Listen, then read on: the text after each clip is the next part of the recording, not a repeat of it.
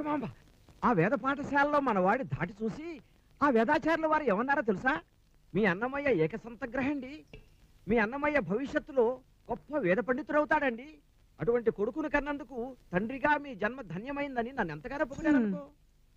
అదేమిటో ఆయన నన్ను పొగిడితే నీకెందుకంత ఉలుకు? మిమ్మల్ని పొగిడినందుకు నాకేమి ఇది కాదండి. కానీ అజ్ఞానంతో ఒక మాట అంటానండి. ఆ అబ్బాయిని కన్నతల్లి ఒకటి ఇంట్లో పడుందని కూడా గుర్తు చేయండి మీ ఆచార్యుల వారికి. శుభవార్త. నేను మావిడ కలిసి కనేసాం. కవల పిల్లలు ఇద్దరు ఆడపిల్లలే. వాళ్ళు ఎలా ఉన్నారో తెలుసా చెల్లెమ్మా? సంగీత సాహిత్యాల్లో ఉన్నారు.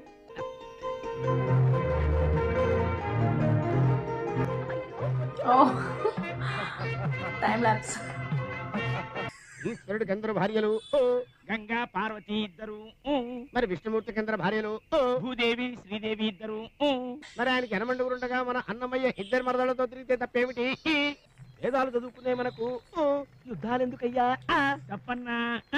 తప్పేమిట్రా? పరశురాముడు వేదాలు చదువుకుని యుద్ధాలు చేయలేదా? మనది అదే బాట. అదేమిటి స్వామి, తంబురు పట్టి కీర్తన రాయమని పంపిస్తే కత్తి పట్టాడేమిటి? ఆ కత్తి అంశతోనే జన్మించాడు కదా. పూర్వజన్మ వాసనలు అంత త్వరగా పోతాయా? మనమే పోగొట్టాలి.